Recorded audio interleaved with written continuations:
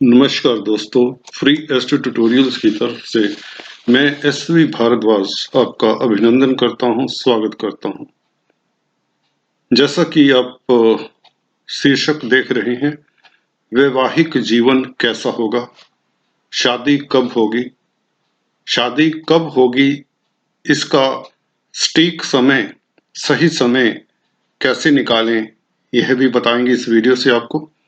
और marriage life आपका कैसा रहेगा, इन दो तथ्यों के ऊपर हम विचार करेंगे, विमर्श करेंगे, किसी का हॉरोस्कोप लेकर और जनरल जो सिद्धांत हैं वैदिक एस्ट्रोलॉजी के, उसके हिसाब से आपको विधिवत जानकारी देते हैं।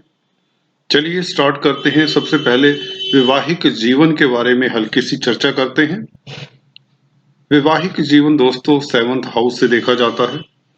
अगर किसी की कुंडली में 7th हाउस का मालिक अपने घर में बैठा हो, केंद्र त्रिकोण में बैठा हो, तो अच्छा रहता उसका वैवाहिक जीवन। एक सूत्र, अगर किसी की कुंडली में 7th हाउस का मालिक, फिर से रिपीट कर रहा हूं, 7th हाउस में ही बैठा हो या केंद्र त्रिकोण में बैठा हो, तो वैवाहिक जीवन अच्छा जाने के योग बन जाते हैं। अगर यही 7th लॉर्ड 6th हाउस में बैठ जाए, 8th हाउस में बैठ जाए, 12th हाउस में, कहने का अभिप्राय त्रिक स्थानों पर बैठ जाए, तो मैरिज लाइफ में दिक्कतें हो सकती हैं। अगर 7th हाउस में मंगल, राहु, शुक्र जो कि कारका होते हैं, कारका का अपने भाव में बैठना भी अच्छा नहीं होता, तो मैरिज लाइफ में दिक्कतें रहती हैं। खासकर राहु का अकेला बैठना मैरिज लाइफ में संकट खड़े कर देता है। मंगल अगर 7th हाउस में बैठे तो मांगलिक योग बनाता है, तो मांगलिक का मांगलिक से ही शादी करना चाहिए। किसी तरह से मैं नहीं बिलीव करता कि तोड़ होता है, पर वह शादी अच्छी नहीं होती। जी हाँ दोस्तों, उसमें जो नॉन मंगलिक होता है उसकी लाइफ के ऊपर इफेक्ट पड़ता है। अगर लड़का नॉन मंगलिक होगा, उसकी जिंदगी के ऊपर इफेक्ट पड़ेगा, उसका कैरियर नहीं अच्छा होगा या उसके हेल्थ के ऊपर दिक्कत आ सकती है। तो भूल कर भी मंगलिक का नॉन मंगलिक से शादी ना करें। हल्का मंगलिक, पूरा मंगलिक, ये सब भ्रांतियां हैं। मेरे एक्सपीरियंस में मैंने देखा है, प्योर मंगलिक के साथ ही शादी होना चाहिए। बस कोई शास्त्रों में जो लिखी हुई बातें हैं वो उनकी लिमिटेशंस होती हैं, एक्सपीरियंस अपना कुछ और बताता है। मैं ये नहीं कहता शास्त्र गलत है, पर उनकी भी एक लिमिटेशंस रही हैं। आपको बताएंगे एग्जाम्पल देकर।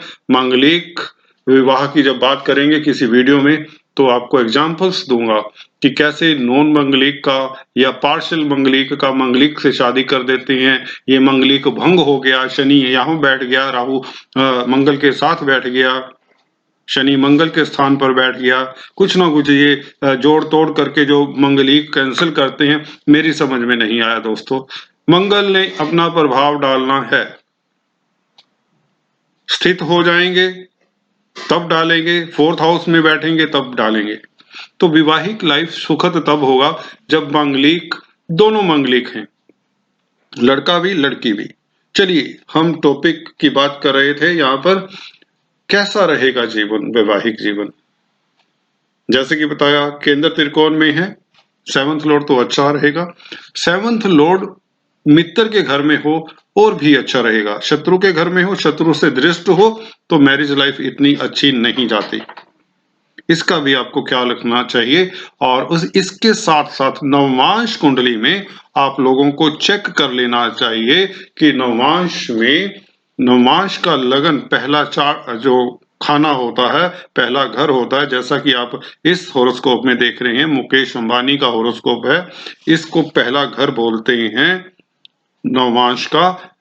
इसका मालिक एक तो नंबर 1 स्ट्रोंग होना चाहिए, बुरे प्रभाव में नहीं होना चाहिए, अपने घर में हो, बहुत अच्छी बात है। जैसा कि मुकेश अंबानी की कुंडली में है, चंद्रमा नवमांश लगन का मालिक है, चंद्रमा कर्क राशि का मालिक है, अपने घर में बैठा है, तो इनकी मैरिज लाइफ सफल होने के योग बना देता है।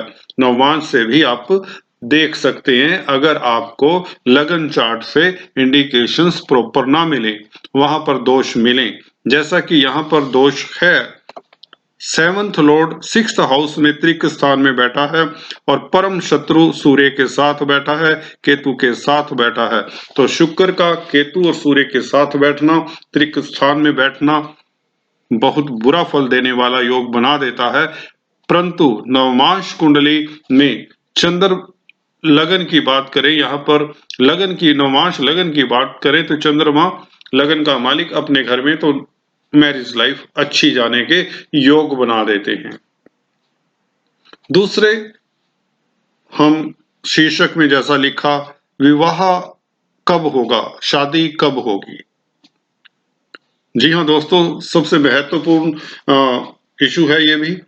शादी कई बार बहुत लेट हो जाती है। आजकल कैरियर माइंडेड बच्चे होते हैं, तो शादी 28-30 के बाद होती है, कई बार अक्सर देखा गया, और पेरेंट्स को तनाव हो जाता है इस स्थिति को देखकर। तो आपको अपनी कुंडली देखकर बड़ी आसानी से जान पाएंगे कि आप लोगों की शादी कब होगी या आपके बच्चों की कब शादी होगी। नवमांश से इसका पता चलता है।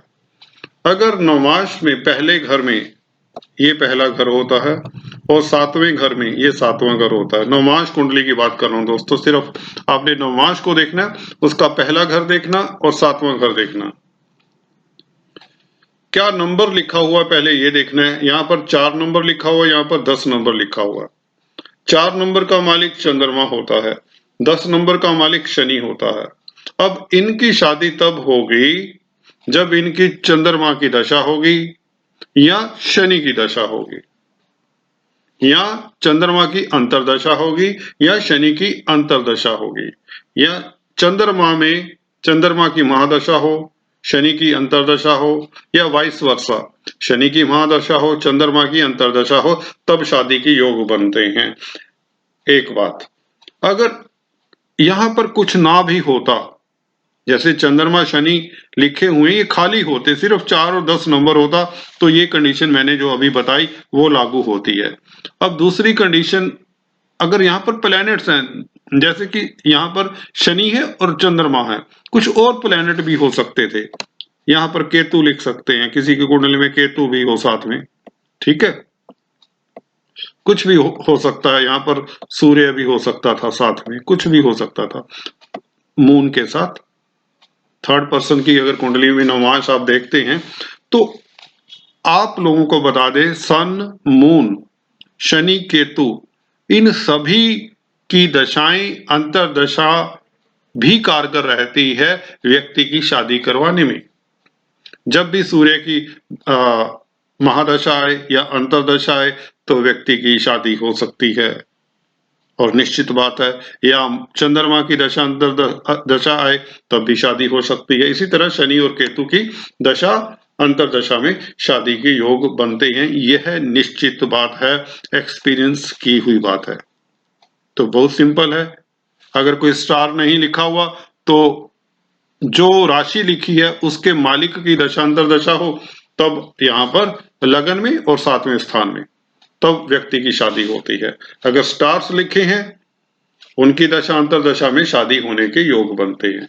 यहाँ पर मुकेश अंबानी की बात कर रहे थे, तो इनकी, मुकेश अंबानी जी की शादी 1985 में हुई, मार्च में। आप चेक कर सकते हैं गूगल से, गूगल करके, तो मार्च में हुई, और इनकी चंद्रमा की दशा 1984 से 1984 से शुरू हुई। तो चंद्रमा में चंद्रमा रहे होंगे उस वक्त जब इनकी शादी होती है। तो नवमांश में देख लीजिए, लगन में चंद्रमा भी बैठे हैं, अपने घर में भी बैठे हैं, एक अच्छी मैरिज के योग भी बनाते हैं, सुदृढ़ है नवमांश के लग्नेश अपनी राशि में, ठीक है। तो इस तरह से आप जज कर सकते हैं कि शादी कब होगी, और शादी का कैसा जीवन रहेगा, उसका भी कुछ वृतांत बताया, मैरिज लाइफ कैसी रहेगी, कुछ चर्चा अगले वीडियो में पूर्ण करता हूं कि खुशहाल शादी के लिए और क्या-क्या फैक्टर्स होते हैं। अभी तो मैंने इसमें सप्तम स्थान के मालिक की बात की। आगे बात करेंगे कारका। लड़कियों की कुंडली में कारका होते हैं बृहस्पति। आदमियों की कुंडलियों में कारका होते हैं शादी के शुक्र।